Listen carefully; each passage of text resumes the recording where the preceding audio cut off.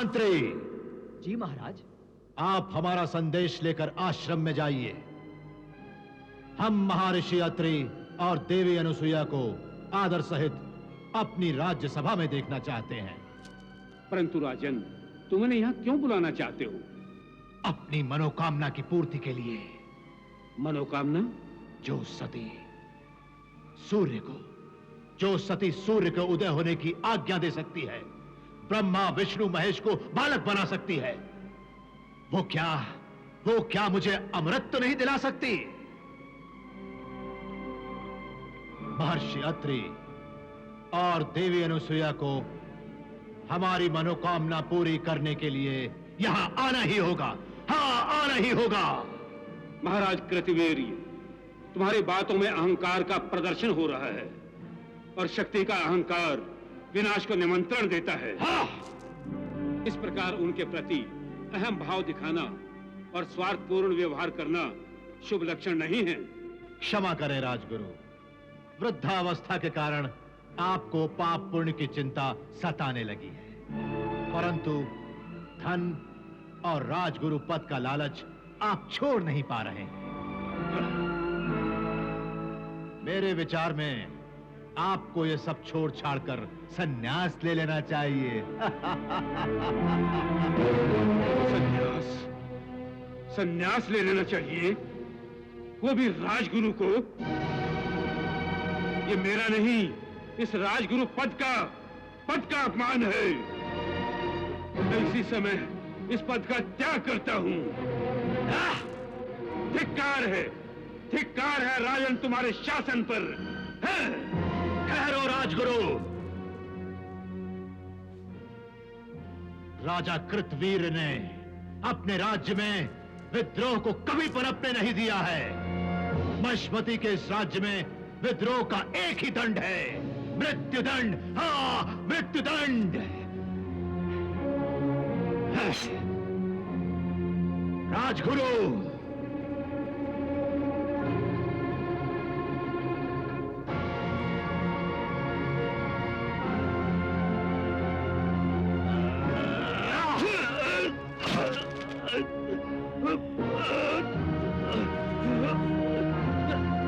तुम्हारा विनाश निश्चित है राजन, निश्चित है राजन, निश्चित राजन।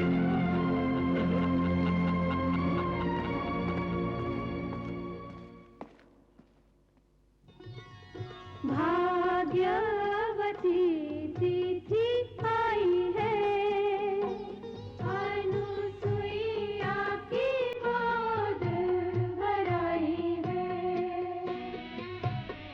अत्रि ऋषि को बधाई है, सजनी की गोद भराई है। की दिन आए,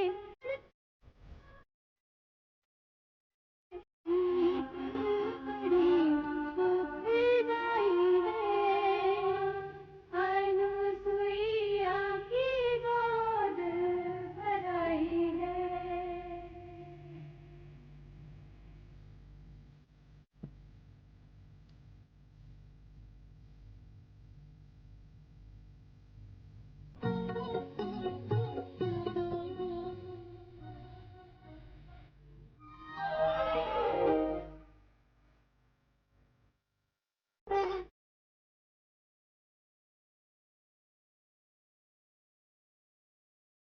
अरे अरे,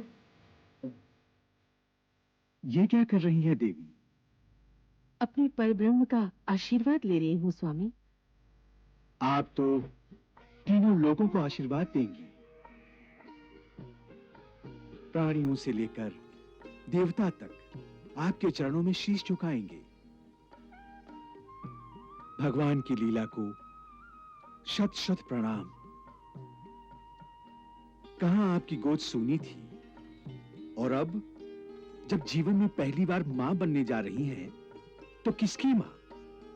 स्वयं परमेश्वर की मां। मैं तो सोचकर ही गदगद हो जाता हूं। गुरुदेव, राजदूत आपके लिए महाराजा कृतवीर का संदेश लाया है। महाराजा कृतवीर का संदेश लाया है?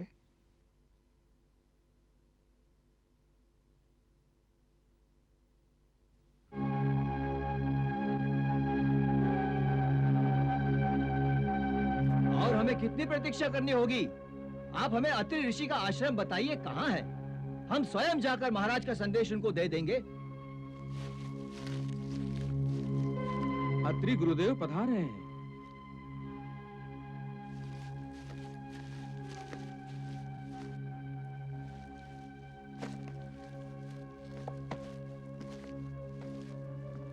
महाराज कृतवीर के महामंत्री का प्रणाम स्वीकार कीजिए महर्षि। तुम्हारा कल्याण हो महामंत्री। यह आश्रम तुम्हारे महाराज की सीमा में तो नहीं है? फिर महर्षि, आपकी कीर्ति और यश, आपकी साधना और तपस्या, आपका ज्ञान और आपका कर्म भी तो सीमाओं को तोड़कर आगे निकल गया है। देवी अनुसुईया के सतीत्व के जय जयकार ने हमारे महाराज को इतना आकर्षित किया है कि उन्होंने आप दोनों पति पत्नी को अपनी राजसभा में आने का निमंत्रण दिया है।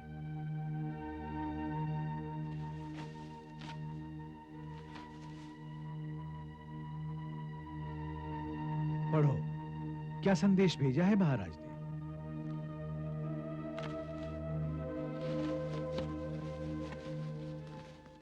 महर्षि अत्रि और देवी अनुसुईया को महाराज कृतवीर का प्रणाम। उन्हें मेरा आशीर्वाद देना। अवश्य महर्षि। हमारी परम इच्छा है कि आप भी हमारे साम्राज्य में आकर अपना आश्रम स्थापित करें और अपनी मायावी शक्तियों से हमें और हमारे राज्य को लाभ उठाने का अवसर दें। हमारी राज्यसभा में आपका आसन उच्च स्थान पर होगा। हमारी प्रार्थना मानकर आप हमें अनुग्रहित करेंगे, ऐसी आशा ही नहीं, हमारा विश्वास है कृतवीर महाराज।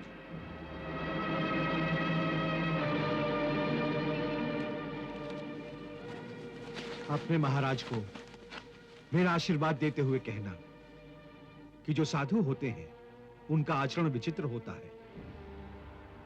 वो सांसारिक नहीं होते, वो चिंतन करने वाले होते हैं। वो किसी बंधन में नहीं बनते, वो चाहे लक्ष्मी का हो या माया का। जो साधक होते हैं उन्हें भी किसी राज्य की राज्यसभा में आसन नहीं चाहिए। हम अपने आश्रम में रहते हुए भी स्वच्छंद हैं, स्वच्छंद बोलते हैं, स्वच्छंद सोचते हैं। किसी की भी अधीनता हमें कभी स्वीकार नहीं होगी। उनसे कहना शासन सत्ता के मत से उन्होंने जो हमें निमंत्रण भेजा है वो हमारी प्रकृति के अनुकूल नहीं है। उनके इस निमंत्रण को हम उनका अहंकार और अपना अपमान समझते हैं। जाओ। नहीं, हमारे राजदूत का निरादर हमारा निरादर है और हम ये कदापि सहन नहीं कर सकते। उन्हें अपने तप पर अभिमान है तो हम भी निरंकुश राजा हैं, निरंकुश राजा। वो अपनी इच्छा से नहीं आएंगे तो हम उन्हें आश्रम से उठा लाएंगे। हाँ महामंत्री। जी महाराज। सेना को आदेश दो, हम अत्रि आश्रम को ध्वस्त करने जा रहे हैं, ध्वस्त करने। हाँ जला दो, राख कर डालो।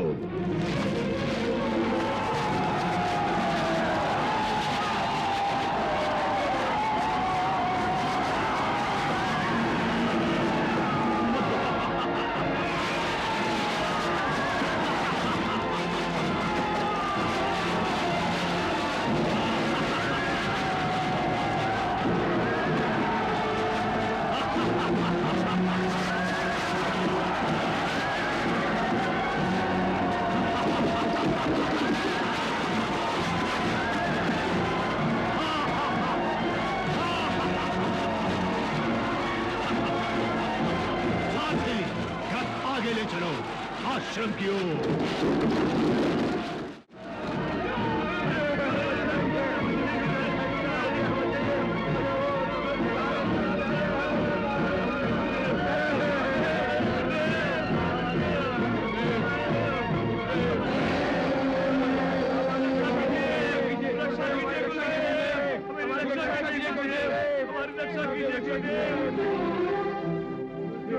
गुरुदेव, महाराज कृतवीर की सेना ने गौशाला जला डाली। गौएं भाग रही हैं और वो आश्रमों को जलाते हुए यहाँ ही आ रहा है। रक्षा कीजिए गुरुदेव, रक्षा कीजिए, रक्षा कीजिए।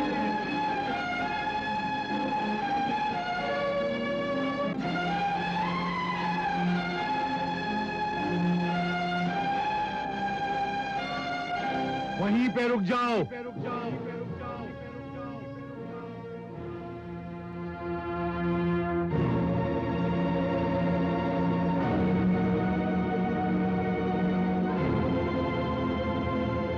हमें रोकने का साहस तीनों लोकों में कोई नहीं कर सकता जटाधारी। तुमने ये तो साहस कैसे किया? जानते हो हम कौन हैं? जो भी हो, तुम राजा नहीं हो सकते। राजा आश्रमों और तपोवन की रक्षा करता है, उनका विनाश नहीं करता। और जो गौओं, ब्राह्मणों और तपस्वियों को त्रस्त करता है, आश्रमों को जलाता है, ऋषियों का ध्यान भंग करता है, वो अपने विनाश को निमंत्रित करता है। राजा कृतवीर का विनाश नहीं हो सकता। सैनिकों, आश्रम को जलाकर राख कर दो।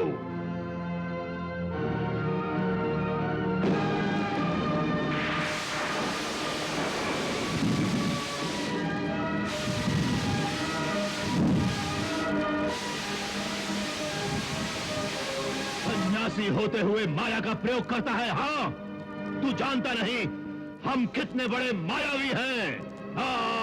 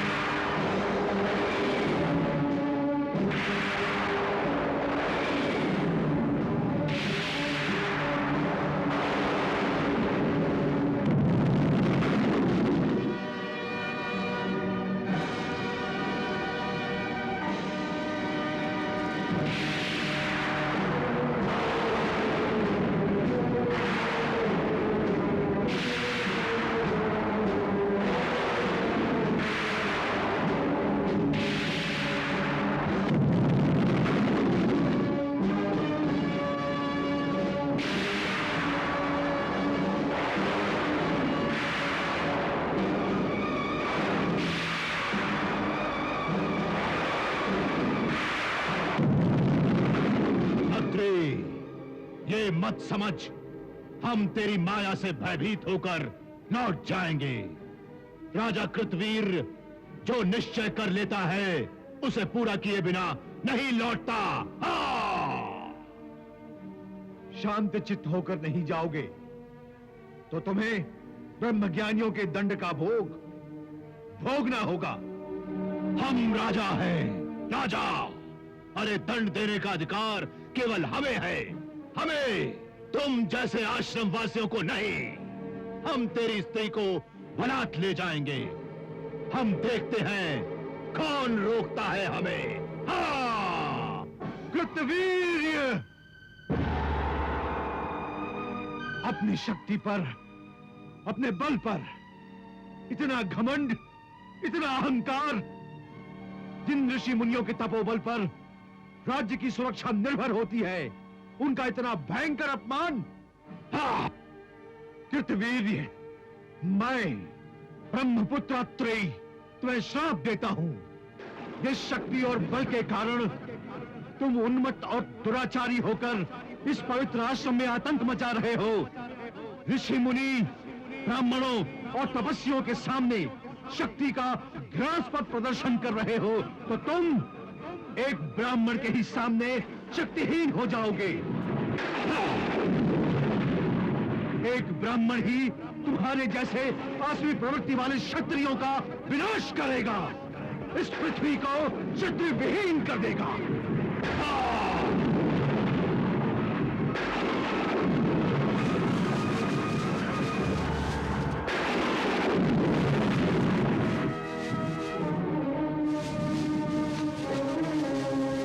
अत्रे, तुम्हारे दुस्साहस का इतना भयंकर उत्तर दूंगा कि तीनों लोग कांपते रह जाएंगे। हाँ! सारथी, रथ को वापस ले चलो।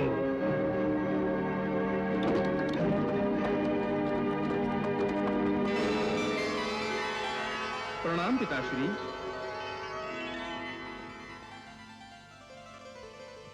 प्रणाम जगत पालक। प्रणाम महादेव।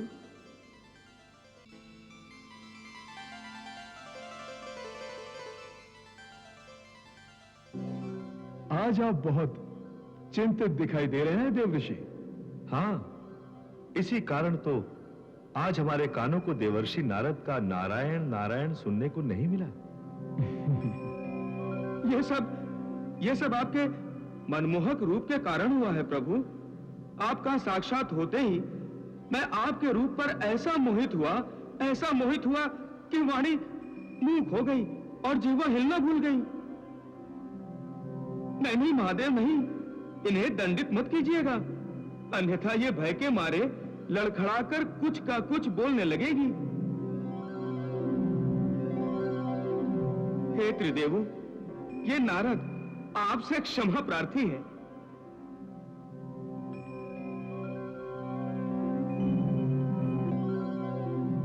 प्रभु, मैं पृथ्वी लोक पर अधर्म और अन्याय के बढ़ते हुए प्रभाव को रोकने की प्रार्थना लेकर उपस्थित हुआ हूं। यदि आपने शीघ्र ही उस प्रभाव को निष्प्रभ नहीं किया तो पृथ्वी पापों के बोझ को नहीं सहन कर पाएगी प्रभु।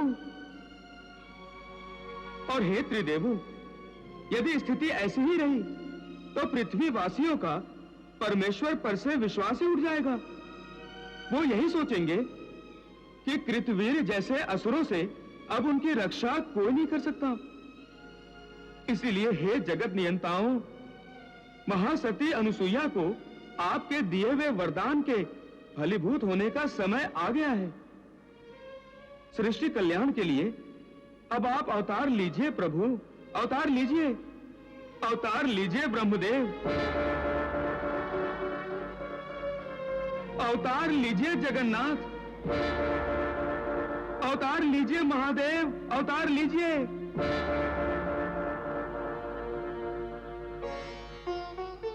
तथास्तु, तथास्तु, तथास्तु।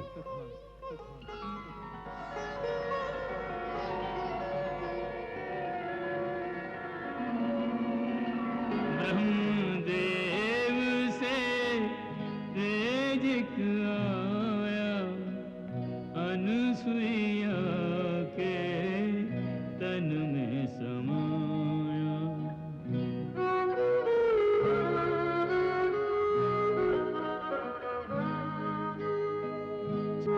दत्तात्रेय के गुण लिए सारे, पुत्र रूप में विष्णु पधारे, पुत्र रूप में विष्णु पधारे।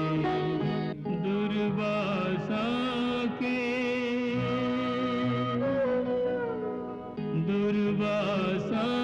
के रूप में शंकर ऋषि के घर आए, ऋषि बनकर। तीनों भगवान सती अनसुईया का लाड़ प्यार पाकर पलने लगे। ब्रह्मलोक, शिवसागर और कैलाश को छोड़ ऋषि आश्रम में पलने वाले भगवान प्रसन्न थे और माता की ममता का आनंद ले रहे थे। दुर्वासा स्वभाव से ही क्रोधी था। वो बात बात पर अपने भाइयों से झगड़ पड़ता, उनकी खेलने की चीजें छीन लेता और जब माता अनसुईया उन्हें समझाती तो दुर्वासा बजाय क्षमा मांगने के अपनी जिद पर अड़ा रहता। क्या कर रहे हो? ये बात माता अनसुईया को अच्छी न लगती। क्यों हमेशा लड़ते रहते हो? अपने ज्येष्ठ भ्राताओं से ऐसा व्यवहार तुम्हें शोभा नहीं देता। चलो इनसे क्षमा मांगो। मैं क्षमा नहीं मांगूंगा, दोष उसका है। पुत्र, अपना स्वभाव बदलो, बदलो अपना स्वभाव पुत्र।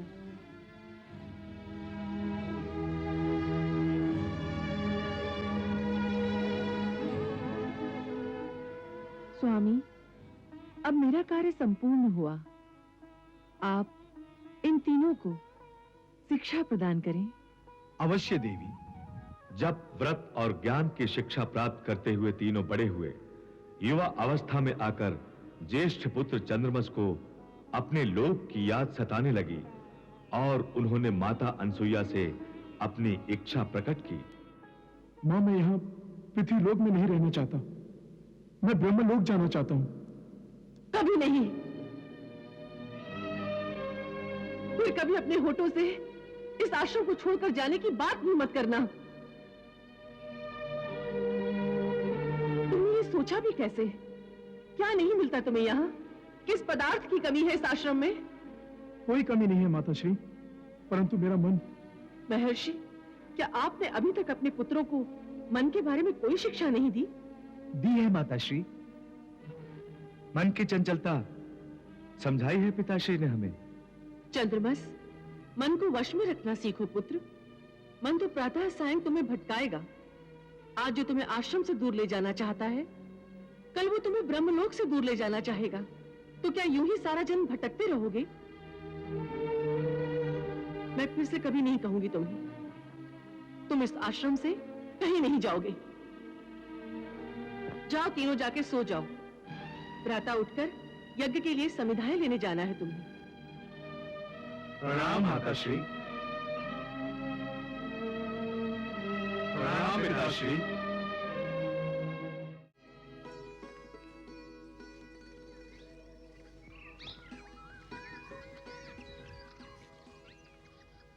भ्राताश्री, आपके मुखमंडल पर सोच की रेखाएं साफ दिखाई दे रही हैं।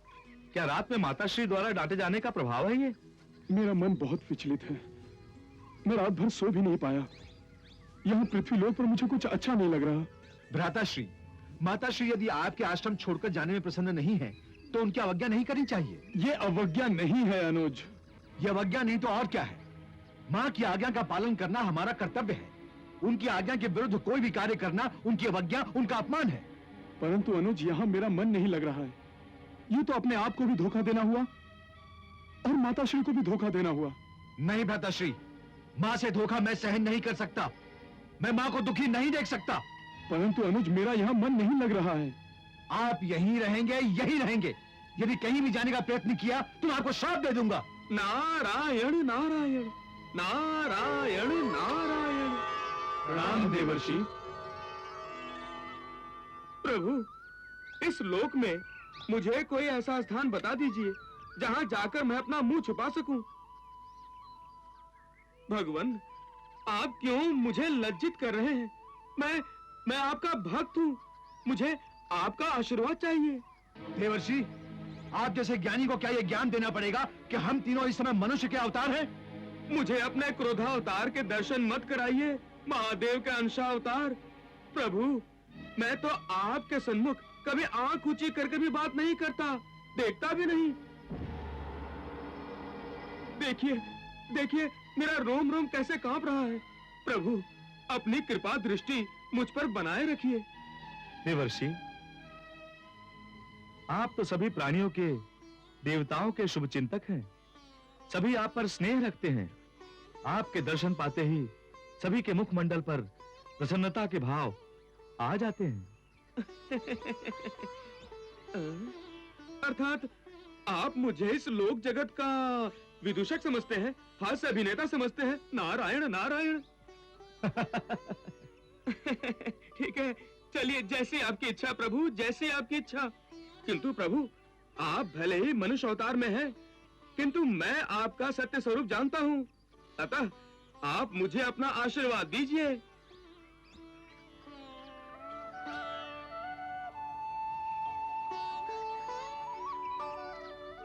हे त्रिदेवों, आपका ये भक्त आपकी सेवा करना चाहता है, अतः यज्ञ के लिए समिधाएं मैं उठा लेता हूं। उसकी कोई आवश्यकता नहीं है देवर्षि। अगर आपको सहायता करनी ही है तो भ्राताश्री चंद्रमा की कीजिए। ये ब्रह्मलोक लौट जाना चाहते हैं और इस हेतु आपको माता अनसुईया को कैसे मनाना है, इस विषय में सोचिए।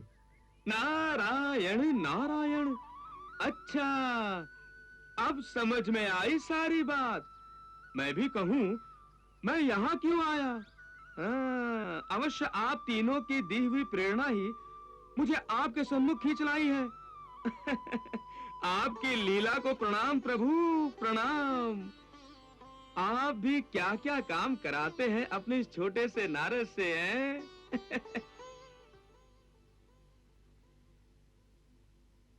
नारायण नारायण।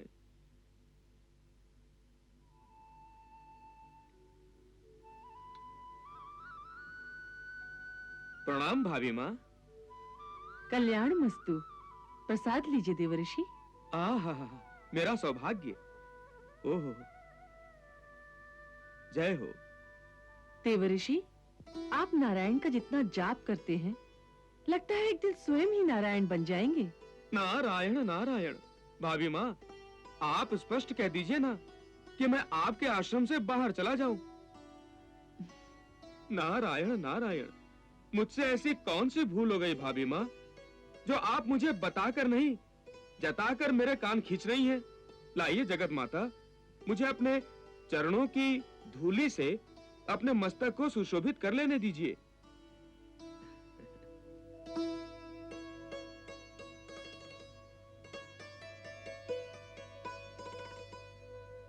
चलिए, कुछ तो पाप धुले। चलता हूँ। नारायण नारायण। भाभी माँ कहते हैं और भाभी माँ का तनिक सा चुटकी लेना सहन नहीं कर सकते क्या? चुटकी क्या? आप चाहे तो अपने वात्सल्य के जितने भी थप्पड़ मेरे मुंह पर मार लें, किंतु उपहास में भी मुझे अपने से बड़ा मत बनाइए। आप मेरी भाभी माँ हैं, भाभी माँ। और एक बेटा माँ से कभी बड़ा नहीं होता।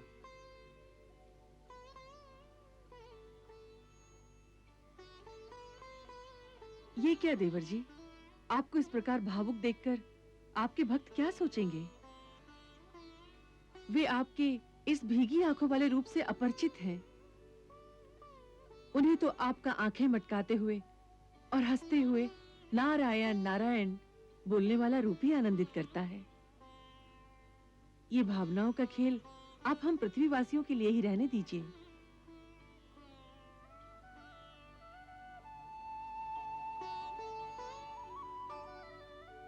कैसे स्मरण हो आया हमारा देवऋषि? आपके इस आश्रम में तो सभी भक्तों के इष्ट विराजमान हैं देवी। उनके दर्शनों की अभिलाषा हमें इस आश्रम में खींच लाई। प्रभु ने तो वामन अवतार में 3 पगों में पृथ्वी आकाश पाताल माप लिए थे, किंतु आपने तो एक ही वरदान में ब्रह्मा विष्णु महेश को अपने में समो लिया है भाभी मां। नारायण नारायण। आप क्या मेरी प्रशंसा करने आए हैं? नहीं, मैं त्रिदेवों के दर्शन। वो तीनों तो बाहर हैं। हाँ हाँ हाँ भाभी माँ, मैं उनके दर्शन तो बाहर कर आया हूँ। अब मैं उनकी एक प्रार्थना लेकर आपके पास आया हूँ। क्यों? उन्हें मुझसे प्रार्थना करते हुए संकोच आता है क्या? जब बालक थे तो कुछ भी बोल सकते थे, किंतु अब युवक हो गए हैं ना। वो चाहते क्या हैं? वो भाभी माँ,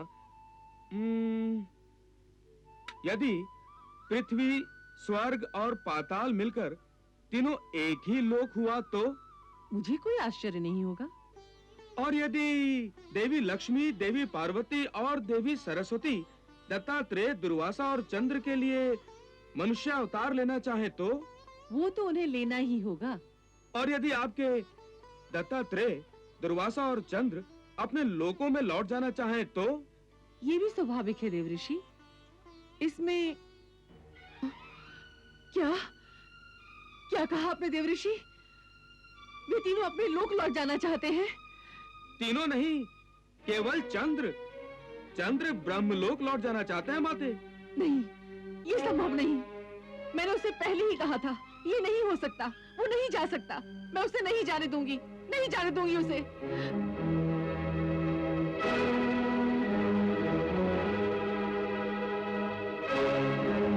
जगत नियंताओं, आप फंस गए। अब तो आप ममता के ऐसे बंधन में बंध गए हो जो कभी टूटने वाला नहीं। नारायण नारायण।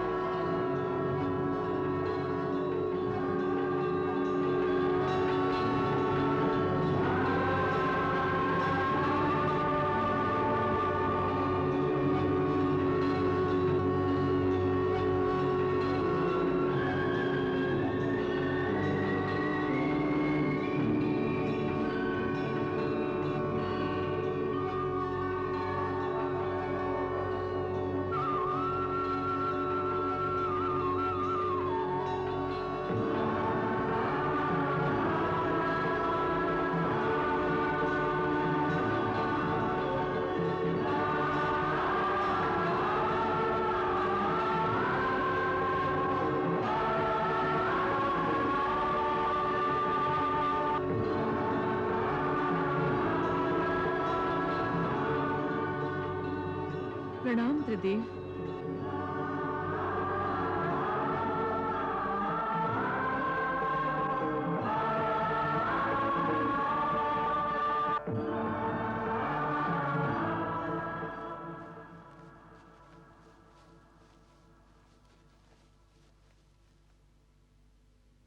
ये क्या माताश्री, आप किसे प्रणाम कर रही हैं? परब्रह्म परमात्मा को। परंतु माता का स्थान परब्रह्म से भी ऊंचा होता है माताश्री। क्या इसीलिए परब्रह्म परमात्मा अजन्मा है? नहीं माताश्री, परब्रह्म ने तो माता का सुख अनुभव ही नहीं किया, इसीलिए तो हम तीनों ने आपकी कोख से जन्म लिया। हम जगत को यह संकेत देना चाहते थे कि परमेश्वर से भी श्रेष्ठ कोई है तो वो है माता, क्योंकि अजन्मे परमेश्वर को जन्म देने की क्षमता केवल माता में ही है। नारायण नारायण, आप धन्य हैं प्रभु, आप धन्य हैं। हाँ माँ, माँ से बड़ा इस सृष्टि में कोई नहीं है। माता से ही सृष्टि है। हम तीनों का कर्तव्य और स्वरूप माता में ही समा गया है।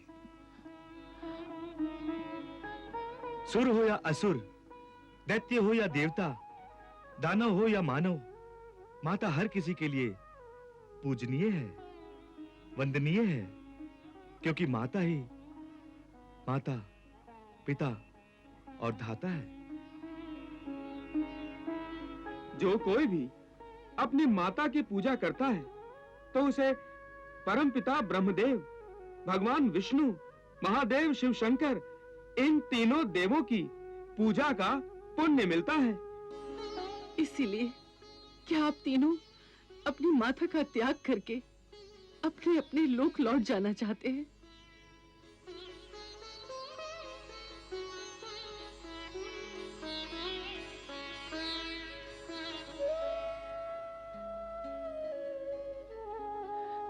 अनसुईया देवी, आप तो परम ज्ञानी हैं।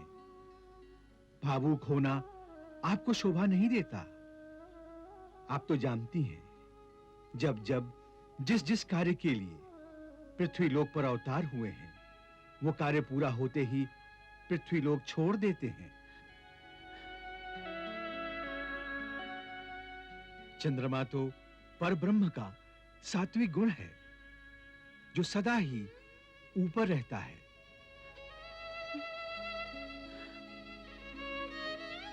यही कारण है कि तुम्हारा चंद्रमा ब्रह्मलोक जाना चाहता है।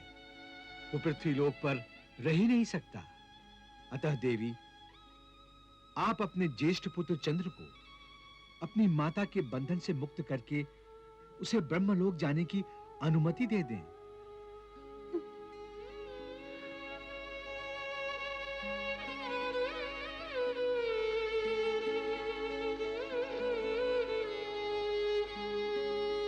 जाओ पुत्र जाओ,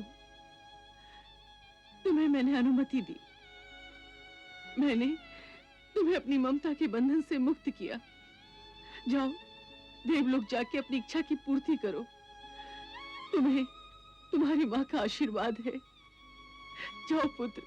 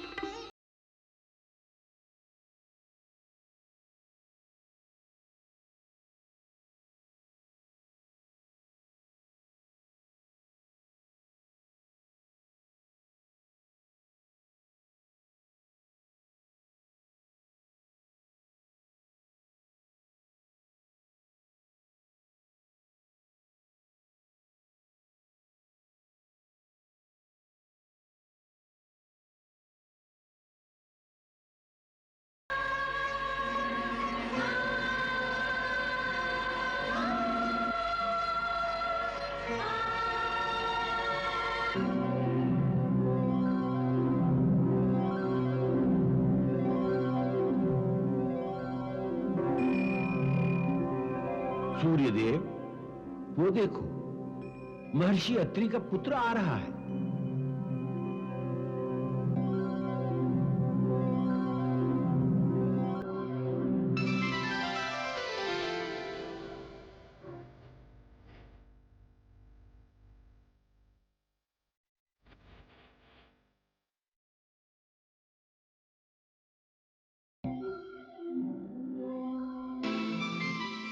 आदि पिता को प्रणाम।